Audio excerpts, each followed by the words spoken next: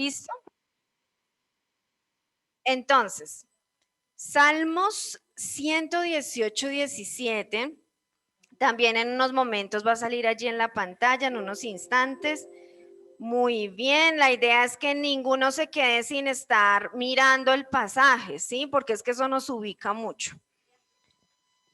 Perfecto. Entonces, bueno, acá Danielito, necesito otro micrófono para que se lo vayan pasando a los chicos para que lean. ¿Listos? Bueno, gracias a Dios. Salmo 118, 17, espérame un segundo que te pase en el micrófono para que lo leas. Listo. Ok. Aquí, Angelín. Vamos a poner cuidado, los niños inquietos, porfis, en silencio. Muchas gracias. Sí, mamita, léelo, por favor. Espérate que es que no hay sonido. Hola. No, ¿ya?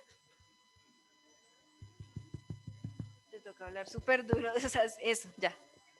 Listo.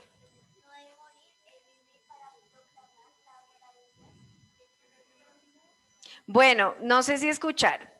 Entonces, no es culpa de Angelina, es culpa del micrófono que como que no sé qué pasa. Salmo 118, 17 dice, no he de morir, he de vivir para proclamar las maravillas del Señor. Hoy vamos a estar hablando acerca de nuestra esperanza, la esperanza. Y el título como tal es Mi esperanza está en Dios. Y yo te pregunto a ti en esta mañana, ¿tu esperanza en qué está o en quién está tu esperanza? Y hablamos de esperanza como una palabra, no sé ustedes qué se imaginan con esta palabra, no sé si alguien me quiere ayudar. ¿Qué es esperanza para ustedes? ¿Qué se imaginan cuando ustedes les dicen esperanza? ¿Qué es esperanza? ¿Espera? ¿Tú dices espera? Sí. ¿Alguien dijo espera? Nada, no les dé pena. Está bien, o sea, digamos que la raíz viene de por ahí. ¿Algo más que se imaginen con esperanza, chicos? ¿Algo más? Nada más, no se imaginan absolutamente nada. ¿Saben qué es esperanza? Bueno, ese es un dicho, pero no. Listo. Bueno, entonces, miren que la esperanza es una virtud que ha caracterizado los creyentes a lo largo de la historia. O sea, los creyentes como nosotros que hemos colocado nuestra fe en Jesucristo, nos hemos caracterizado también por la esperanza. Entonces, desde el Antiguo Testamento, ¿qué pasaba en el Antiguo Testamento? Que el pueblo de Israel, el pueblo, la gente, los judíos, hablando de los israelitas, ellos a quién esperaban. Muy bien, al Mesías. Ellos esperaban al Mesías y ellos todavía lo están esperando. ¿Listo? Entonces, por eso decía que la palabra esperanza tiene que ver con una espera. Muy bien. Entonces, ellos están esperando. La esperanza de la vida eterna no los dejaba amedrentarse por la muerte. De hecho, ahora, por ejemplo, los cristianos en el Nuevo Testamento, esto es básicamente en el Nuevo Testamento, ¿qué pasaba con los cristianos? Los cristianos, muchos de ellos eran muertos, ¿por qué? Por llevar el Evangelio, ¿verdad? O sea, cuando ya viene Jesús y Él deja por sentado lo que es el Evangelio, las buenas nuevas, las buenas noticias, ¿qué pasa? Se levantan ¿cuántos discípulos? ¿Cuántos discípulos tenía Jesús? ¿Cuántos? 12. Entonces, esos 12 discípulos o 12 apóstoles a su vez llevan el evangelio a otros y a otros y a otros y empieza a propagarse el evangelio de una forma impresionante y de esta forma, entonces, ellos empiezan a padecer por Jesús. ¿Por qué empiezan a padecer? Porque empiezan a decirles, si ustedes por qué siguen a ese Jesús, ustedes por qué siguen al Mesías. Los mismos judíos los atacaban, ¿verdad? Entonces, ¿qué pasa? Que ellos los echaban a los leones para que los leones los mataran. Eso era como un circo, ¿no? En esa época, el circo romano. No sé si han leído la historia. Entonces, eso era como el entretenimiento del pueblo. ¿Qué hacían ellos? Dejar allí a los cristianos para que los cristianos fueran atacados por los leones. Y eso era un espectáculo para ellos en ese tiempo. Entonces, esa es la historia.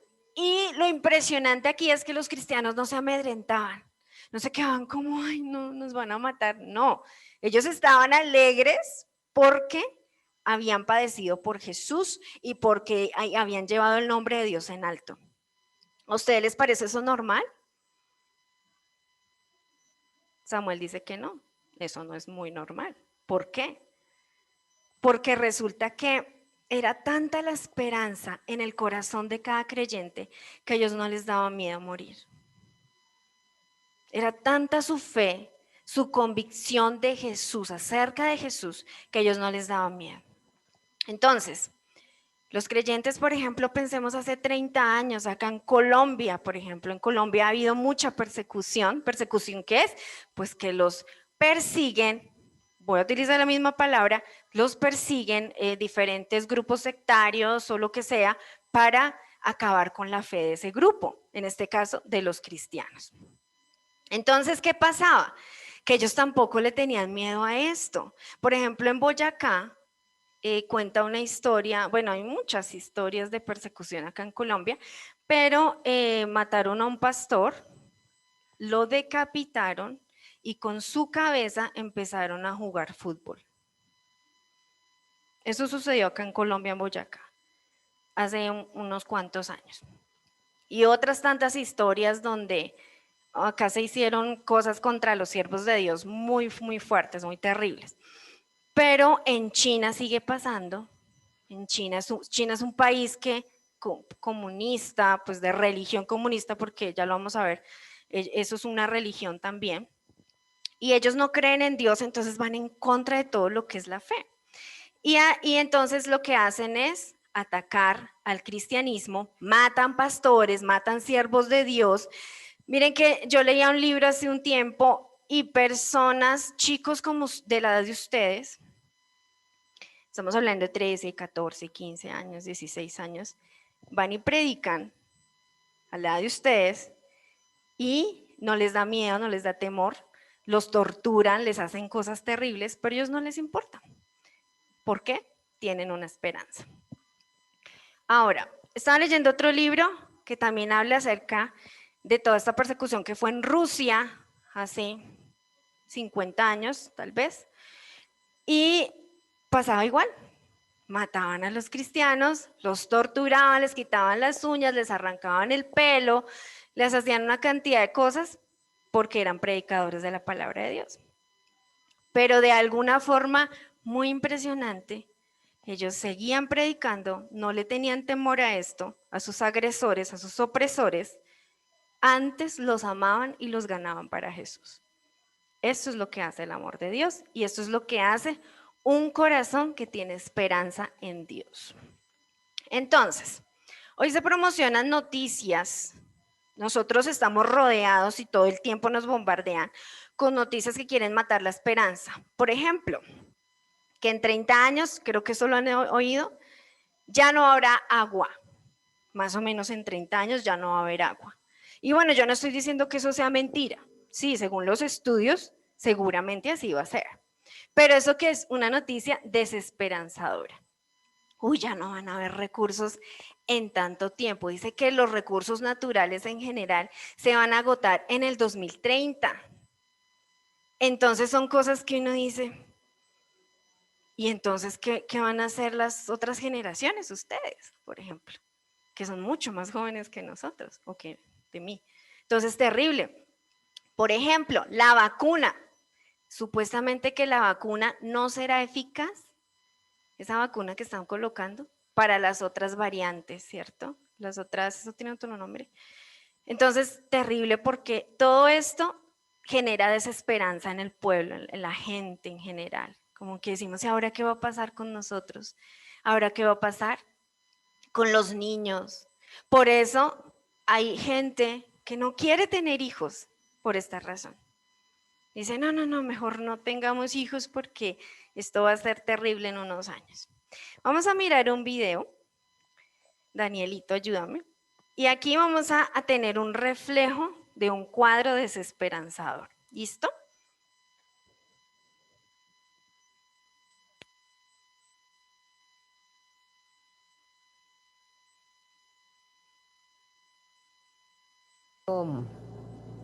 Mucha literatura, más que todo budista. Eso me ayuda a estar tranquila. Ellos hablan de un sitio donde no haya dolor, no haya tristeza, no haya situaciones para uno de sufrimiento. El mundo ideal, lo que llaman el nirvana. El sábado pasado la despidieron sus amigas con serenata. Sonaba Yolanda de Pablo Milanés y todos se quebraron. Desprenderse no es cosa fácil para los que quedan con semejante duelo. Te amo,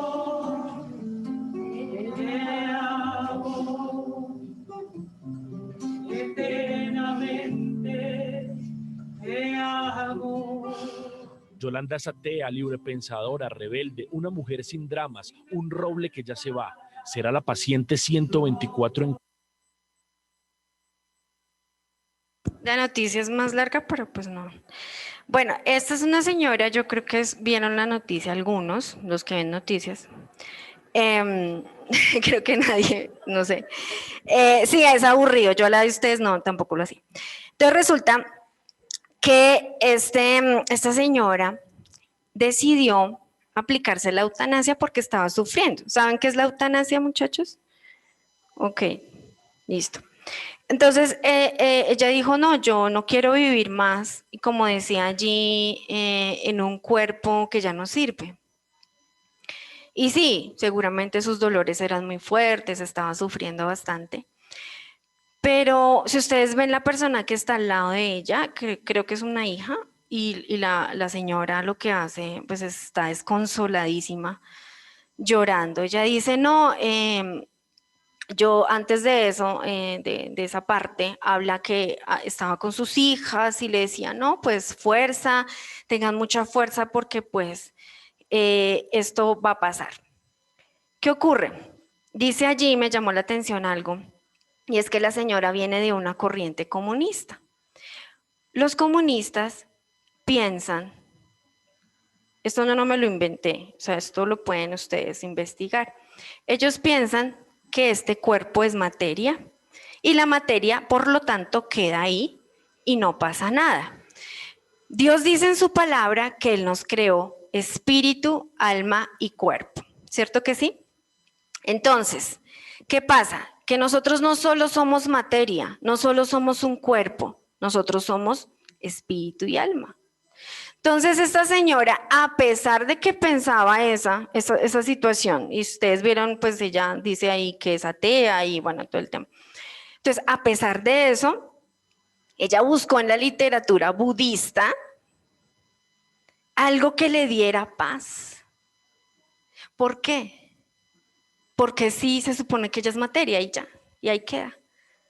Entonces ella misma dice, es que la literatura budista habla de un lugar donde no se va a sentir dolor, donde ya vamos a pasar a ese estado, a ese nivel. ¿Pero por qué la leía? Si se supone que no hay nada más. Muchachos, Dios no se equivoca. Dios colocó espíritu y alma en nosotros. Y la falta de esperanza, en este caso, hace tomar malas decisiones, acaba con los sueños, acorta la visión, mata la fe. Y lamentablemente hay gente, y tal vez hay personas como ustedes aquí sentadas, que no tienen esperanza. Hay gente tal vez allí en el templo sentados que no tienen esperanza, que ya, o sea, venimos a la iglesia, pero esto se ha convertido como en una rutina para nosotros, pero ya perdimos toda esperanza.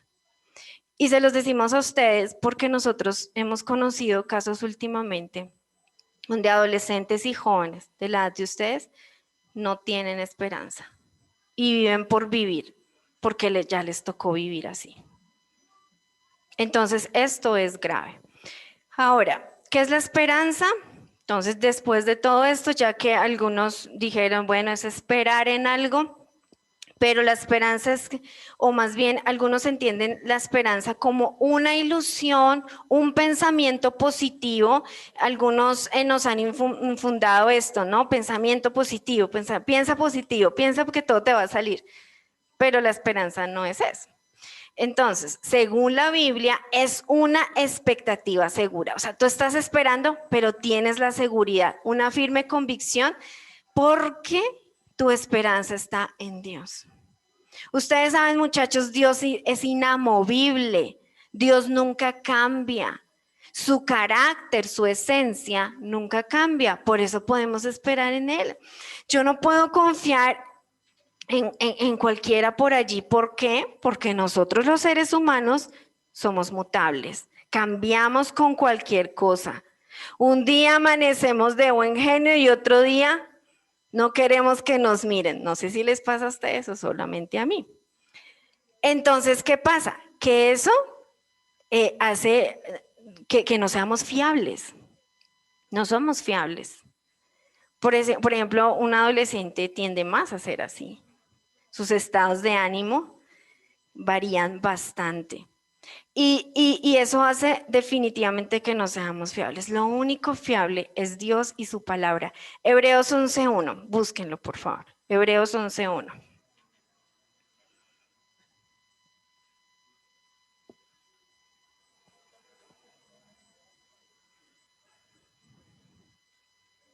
Hebreos 11:1 y porfa, Santiago, ¿lo quieres leer? Dale. Toca fuerte para... Esta es la fe, la certeza de lo que se espera, la convicción de lo que no se ve. Gracias, Santiago, muy bien.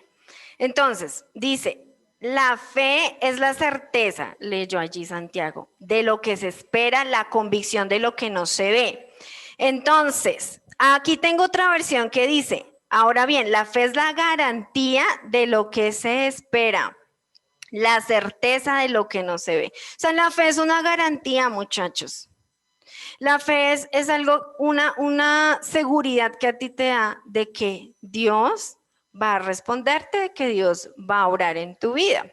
Entonces, ¿qué mata la esperanza? ¿O cuáles son los asesinos de la esperanza?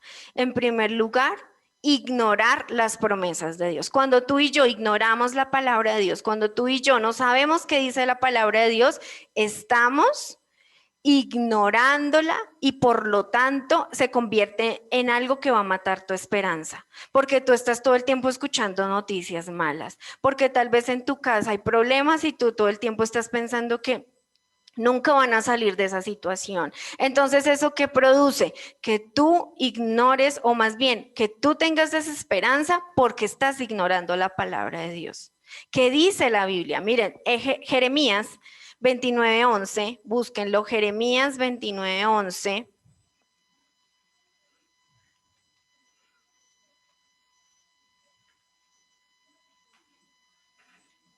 En la pantalla ya está, si quieren, Samuel, ¿me puedes ayudar?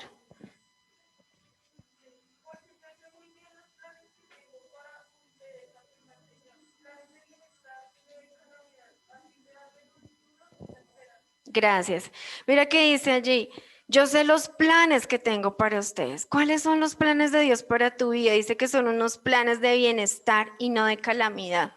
No son planes malos, son planes buenos. Son planes para darte un futuro y una esperanza. Entonces, si hay un futuro en Dios, a pesar que digan que en el 2030 ya no van a haber recursos naturales, a pesar de que digan tantas cosas, sabemos que en Dios hay una esperanza. Esa es nuestra fe, muchachos. Y en eso nosotros nos movemos.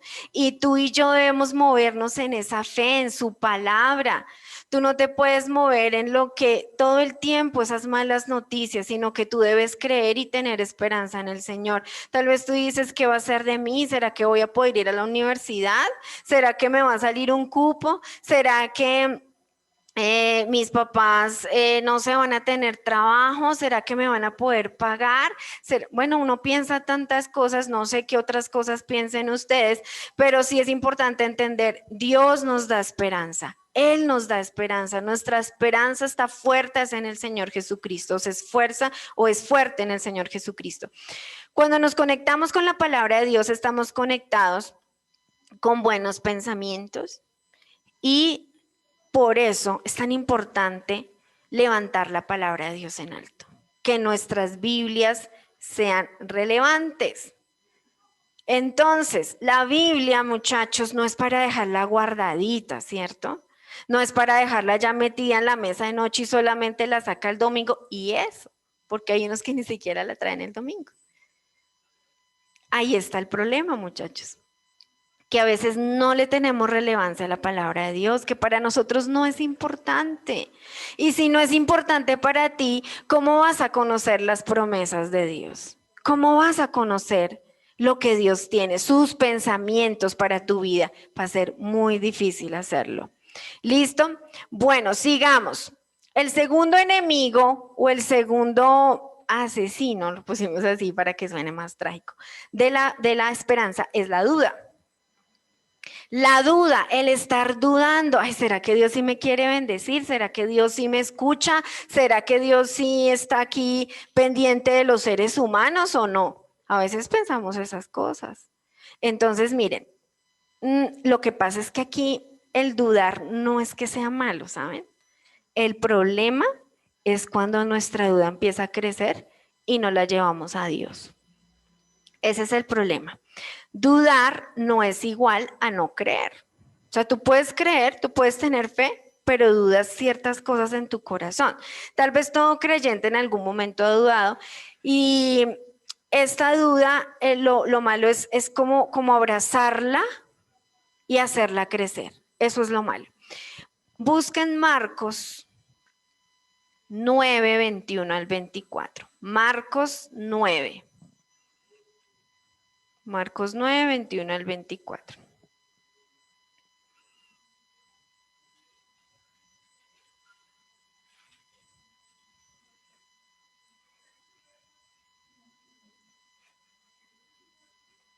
Camila, ¿cierto? ¿Me ayudas? Toca que lo leas durito. Y continuaba, todavía no os dais cuenta, llega a desbailar, y le traen un ciego buscándole que lo toque. Tomando de la mano al ciego, lo sacó fuera de la aldea, y después los ojos, y después Disculpa, Marcos, ¿estás segurísima? O yo tengo mal la cita. 9, 21. Tranquila. No te afanes. Listo. Dale otra vez.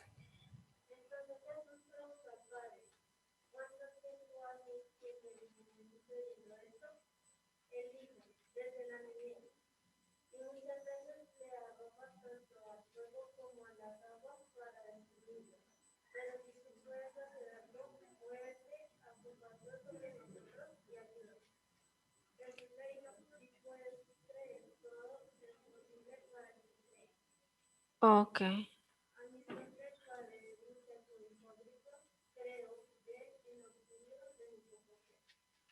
Eso, muy bien. Esa era la parte. Pensé que ya la habías pasado.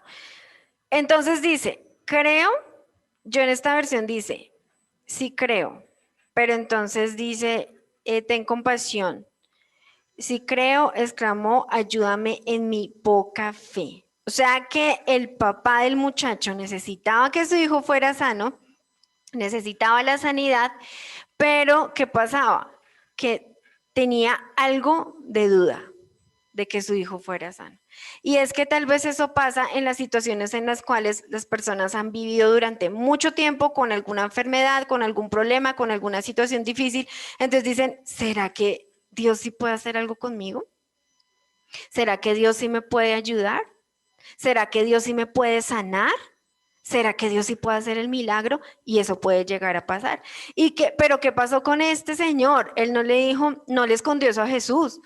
Dijo, ay, no, yo mejor no le digo nada porque pronto, quién sabe qué me va a decir. No, le dijo, Señor, ayúdame en mi poca fe. O sea, tengo dudas, ayúdame. ¿Y Jesús qué hizo? De inmediato sanó al muchacho y lo ayudó en su fe. Entonces, ¿nosotros qué entendemos de esto, muchachos? Jesús te quiere ayudar en tus dudas. Recordemos que la Biblia dice que Jesús es fue uno que se hizo como nosotros para poder ayudarnos en nuestras debilidades. O sea, que no es pecado que tú le digas al Señor, Señor, tengo esto, me pasa esto, ayúdame. ¿Cuál es el problema, muchachos? Que no le tenemos confianza a Dios, al que sí le deberíamos tener confianza. Porque es que Dios, ¿a quién le va a contar Dios ese secreto tuyo? A nadie. O sea, si tú confías a Dios, en el Señor, Él te va a ayudar, te va a levantar. Tú debes confiar más en Dios. Tú debes ir más a la oración. Tú debes contarle a Él lo que te pasa, así como hizo este hombre. Hazlo. La Biblia dice en Hebreos que Él es poderoso para socorrer a los que son tentados, pero que también nosotros podemos ir confiadamente a su trono para recibir misericordia. O sea, Dios no te va a echar fuera, Dios no te va a decir, a veces de pronto algunos de nuestros papás, bueno, no sé en el caso de la generación de ustedes, porque ustedes los han tratado un poquito más suave, pero por ejemplo a nuestros padres, abuelos, ellos los trataban duro, ¿no? Entonces llegaban donde su papá a pedirle un favor, a pedirle plata o alguna cosa y los sacaban a veces corriendo con gritos y golpes. Así pasaba en la antigüedad, nosotros no nos trataron tan feo. Pero sí es importante entender que Dios no es así, muchachos. Dios sí, con su gracia, con su amor, nos abraza, nos ayuda, nos sustenta y Dios nunca te va a echar fuera. Entonces este hombre fue sincero, aunque estaba perdiendo la esperanza, la duda lo atormentaba, pero encontró victoria en Jesús y él expresó su lucha a él. Entonces no dejes que la duda te seque y te apague la fe y mate tu esperanza. Bueno, el tercer asesino de la esperanza es la ideología sin Dios o las ideologías, porque hay muchas, las ideologías sin Dios. Como veíamos de la profesora, ella era una profesora, la señora que se aplicó la eutanasia, se mató, de hecho se suicidó, eso es así. Entonces, la señora abrazó el budismo, como les decía, en sus últimos días. No vamos a hablar del budismo porque pues no es nuestro tema, pero es una de las tantas religiones que hay que no profesa a Jesucristo. ¿Listo? Ellos no creen en Jesucristo, sino en otros dioses y otras cosas. Es una religión oriental. Entonces,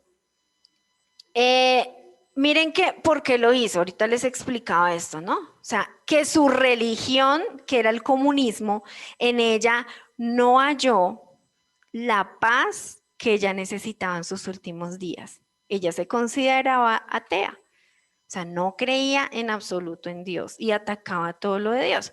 De hecho, en otra entrevista que le hicieron, no sé si ustedes la vieron, a mí me contaron el viernes que no la vi, pero decía la persona que me comentaba que la señora había dicho que en su juventud estaba en todo esto apoyando todo lo del aborto y salía a las marchas como ahora, todo lo que hacen para que esto se legalice. Entonces era una persona pues que definitivamente abrazaba todo lo que tiene que ver con estas ideologías. Busquemos Efesios 2:12. Efesios 2:12.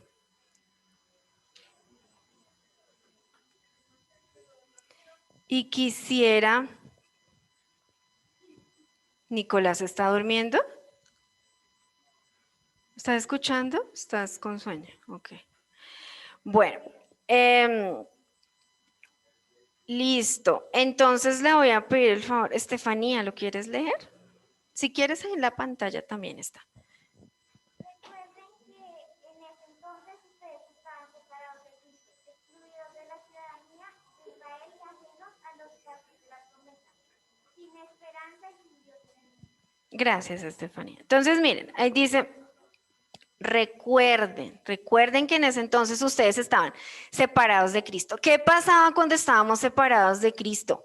Ahí lo dice claramente, estábamos excluidos de la ciudadanía de Dios, ajenos de las promesas de Dios, sin esperanza, sin Dios en el mundo. Y esto es lo que refleja el testimonio de la profesora que vimos. Cuando estamos lejos de Dios, estamos sin esperanza, muchachos, sin Dios. Mire, la esperanza es tan importante para un creyente, pero también para el ser humano en general. Es muy importante que tú te aferres al Señor más. Y vuelvo al punto, que tú no vengas de pronto por venir a la iglesia, sino que tu fe se fortalezca cada vez más. Entonces, esta es la condición de una persona sin Dios. No tiene esperanza. El ateísmo no brinda esperanza. ¿Por qué? Ya les expliqué. Todo es materia. No hay de un Dios que se ocupe de nosotros. No existe. Ese Dios para el ateo no existe. No está. Entonces, no hay quien cuide la humanidad, según ellos, ¿no? No hay quien liberte. No hay quien sane. Y no hay quien interceda por los hombres. No existe para un ateo. No estoy diciendo que todos los ateos se suiciden, porque sería algo muy absurdo afirmarlo, pero sí he escuchado de muchos que lo hacen. Y creo que esta puede ser la explicación. No hay una esperanza. ¿Para qué sigo viviendo? ¿Para qué sigo viviendo si no, nadie me puede ayudar? ¿Quién me puede sacar este sentimiento? ¿Quién me puede ayudar a vencer las situaciones? Como no hay esperanza, pues sencillamente para ellos la solución es la muerte. Samuelito. El hinduismo, por ejemplo, enfatiza el karma. ¿Quién sabe qué es el karma? ¿No han escuchado de eso? ¿Sí? ¿Sí han oído eso? Pues acá utilizan esa expresión bobamente, ¿no? Que el karma no sé qué, pues ni saben qué es, ¿sabes? Entonces, si una persona nació pobre o enferma, ha sido maltratada o abusada, no puede hacer nada para salir de esa situación. Ellos dicen que es un precio que está pagando de su vida interior. Eso dicen los hinduistas. Entonces, no, pues es la religión que practican en la India. ¿Alguien ha visto algún video de la India? ¿Cómo son allá? A ver, cuéntenme un poquito, Valentina.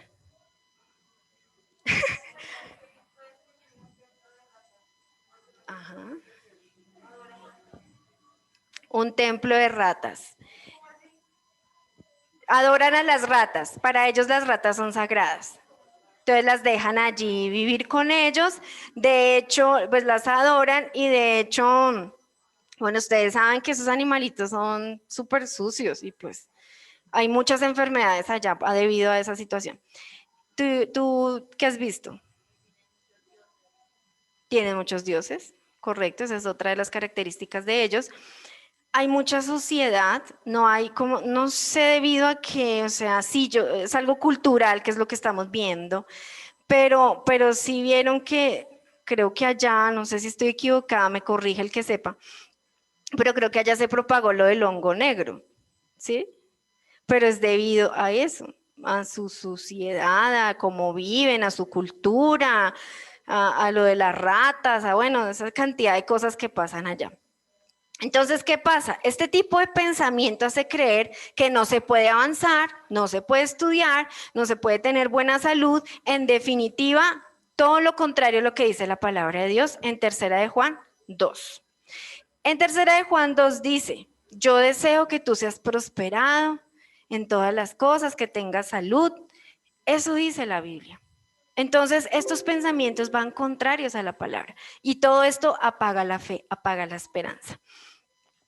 Leamos Colosenses 1:27. Busquen Colosenses 1:27, por favor. Nicolás, necesito que me ayudes a leerlo. Por favor. Colosenses 1:27. o acá en la pantalla. Durito, por favor. Ah, Nicolás, perdón, Nicolás Grande, qué pena contigo. Ay, gracias por tu buena intención. Dale, por favor.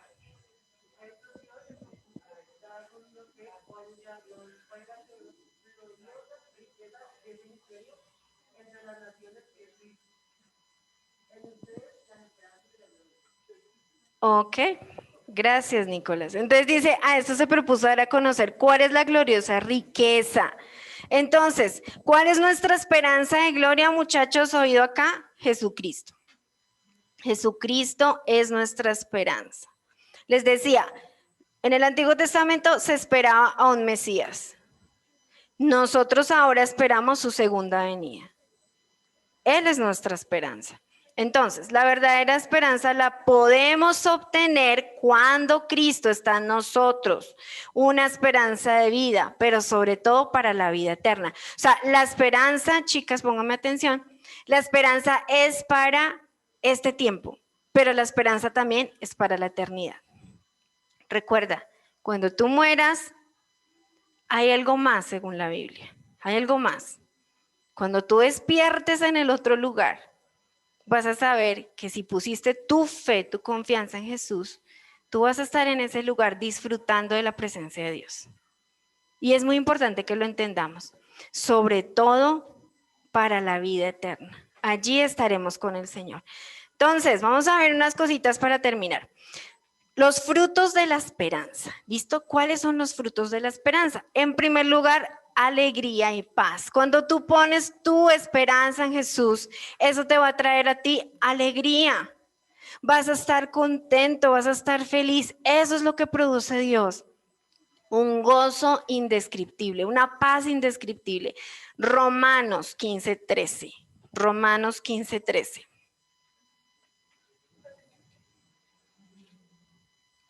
Sarita, ¿me ayudas a leerlo? Romanos 15:13.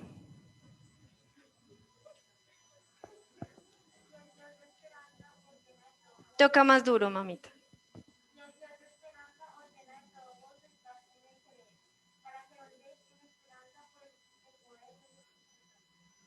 Amén. Entonces, miren, dice, el Dios de la esperanza los llene de toda alegría y paz.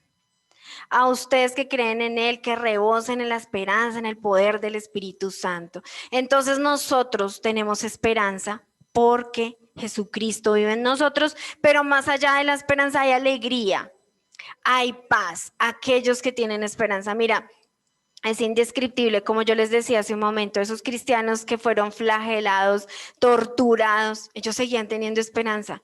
No era normal, pero ¿por qué la tenían? Dios les daba gozo, les daba paz. Sabían que ellos morían y se iban a encontrar con Jesús. O sea, era una paz indescriptible, era algo que no se puede explicar. Algunos ven el esperar como algo agotador, ¿cierto? Uy, qué pereza esperar. ¿A quién le gusta esperar? Y en una fila, esperando un turno. Eso es horrible, ¿cierto? Entonces, oscuro, triste, es feo esperar, sí, lo sé, físicamente hablando, pero miren que la esperanza bíblicamente nos debe llenar de gozo cuando esperamos en Dios, de alegría. Miren, es como cuando, por ejemplo, alguien está tratando de llegar a cierto lugar, pero va en un carro y se empiezan a concentrar en los paisajes. Entonces empezamos a mirar lo que hay alrededor y nos empezamos a concentrar en eso y no tanto en la llegada. Ay, es que quiero llegar ya a mi sitio final, a mi destino. No tanto es pensar en eso, sino es ver tu alrededor, ver lo que está pasando y esperar de esa forma, contemplando lo que está pasando. Por otro lado, por ejemplo, una mujer que está en embarazo tiene que esperar por lo general 9 meses, ¿cierto? Y eso es una espera un poquito larga. Ahorita que tenemos una familiar que está en esto y eso es tenaz porque ya casi lo va a tener, entonces cada ratico es como, ay, me está dando, empecé, no sé qué, pero ya ha ido al médico y no, espérese un momentico, entonces la devuelven a la casa. Tenaz, ¿cierto? Entonces es una espera a veces como, uff, pero una mujer embarazada debe esperar con alegría. Va a llegar, pero lo espera con alegría en su corazón de lo que va a pasar. En segundo lugar, la esperanza vence la vergüenza. Vence la vergüenza. Romanos 5:5. Romanos 5:5. Jesús, ¿me ayudas a leer? Romanos 5:5. Dale. Durito. Eso.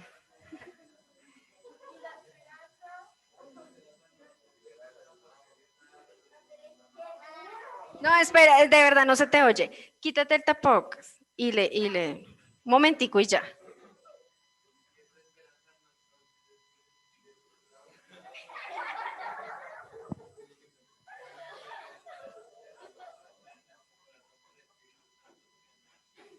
Bueno, listo. Entonces dice, esta esperanza no defrauda. La esperanza no nos defrauda, muchachos. Cuando tú tienes tu esperanza en Dios, eso no va a ser como que tú quedes mal. Todo lo contrario, la esperanza no avergüenza, porque el amor de Dios o el amor ha sido en nosotros derramado. Entonces, no hay por qué sentir vergüenza cuando tenemos esperanza en Dios. En un comienzo, por ejemplo, algunos cristianos el año pasado, nosotros percibimos que a algunos les daba pena decir que tenían COVID, como si tener COVID pues fuera, mejor dicho, un pecado, yo no sé. Sí, pero lo que hoy es que nosotros como cristianos debemos entender, ese virus llegó a todo el mundo, pero aquí lo importante es entender que nuestra esperanza está en Dios, que nos mantiene fortalecidos, así esa situación venga a nosotros. Así pasemos por el COVID, muchachos. Nuestra esperanza está en Dios. Ayúdenme con el silencio allá. Esta zona hablan demasiado. ¿Listo? Gracias.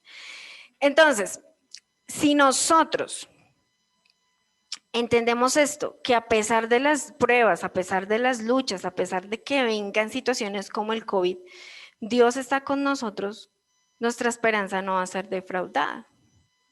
Primero, si nos sanamos, gloria a Dios. Y muchos nos hemos sanado de esto. Pero si no, en segundo lugar, nos vamos con el Señor y la muerte es ganancia, dice la Biblia, para los que estamos en Jesús. Por eso no tenemos temor. Y es importante entenderlo, porque a veces nos llenamos de pánico. Ay, no, que no me vayan a contagiar. Y sí, obvio, al principio todos éramos como que no se me acerque, no me salude, no, ¿sí? Y uno se volvió así. Pero entender que el Señor está con nosotros y que sí hay que cuidarnos, pero Dios nos guarda. Tercero, los frutos. Bueno, perdón. Entonces, ¿ustedes se acuerdan de los jóvenes, Daniel y sus amigos que estaban en el horno de fuego? ¿Se acuerdan de ellos? Samuel dice que sí, algunos dicen que sí. Bueno, otros creo que le estoy hablando en chino porque no. Entonces, los jóvenes en el horno de fuego. Resulta que estos muchachos los llevaron allá precisamente porque no profesaban o porque profesaban una fe diferente a la gente que estaba en Babilonia. Ellos estaban en Babilonia. Entonces, ¿qué pasó? Que estos muchachos dijeron, nosotros no vamos a doblegarnos ante nadie, solamente ante Dios, entonces hagan lo que quieran. Entonces, ¿qué pasó? Que ellos los llevaron a un horno y unos ángeles llegaron y los salvaron, ¿sí? O sea, ¿eso qué es? No es tanto como la valentía, como tan fuerte, no es eso, no es eso. No, la fortaleza no viene de ellos, es la esperanza que viene de Dios y que los fortalece. Ahora sí, en tercer lugar, está un fruto de la esperanza, es la vida eterna. La vida eterna. Tito 1:2.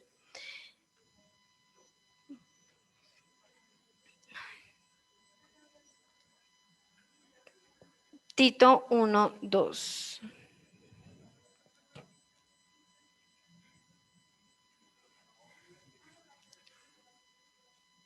¿Listo? A ver, ¿quién me ayuda? ¿Quién quiere leer? Porque como toca, dale.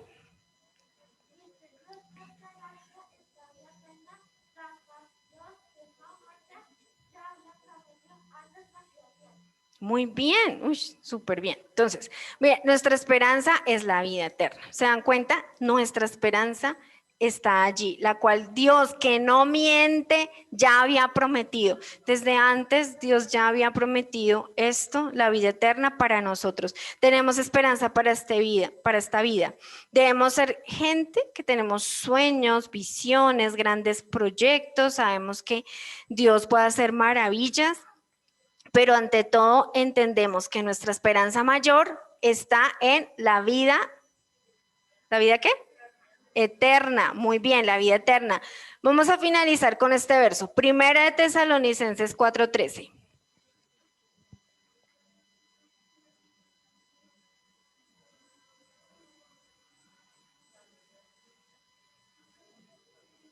¿Listos? Primera de Tesalonicenses 4:13. Vamos a decirle a Camila. Léelo.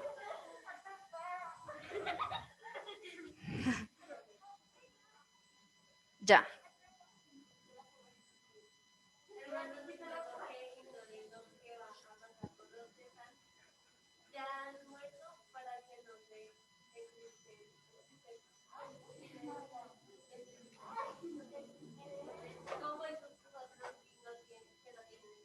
Amén. Entonces dice, queremos que sepan lo que sucederá con los creyentes que han muerto para que no se entristezcan. Recuerden, nosotros tenemos esperanza en la vida eterna, creemos en Jesús como nuestro Salvador y que Él nos da esa esperanza también para esta vida que estamos aquí viviendo actualmente. Entonces, cuando venga un pensamiento desesperanzador a tu vida, recuerda, Jesucristo está contigo. Jesucristo no te va a dejar solo y Él te va a ayudar a sobrepasar esas situaciones. Entonces, nada nos da más paz, confianza y fortaleza como la convicción que Dios está al control de absolutamente todo. Poner nuestra esperanza en Él, confiar en Él como Salvador que nos sustenta, abre camino donde no lo hay y que nuestra esperanza está únicamente en Dios. Vamos a ponernos en pie, muchachos.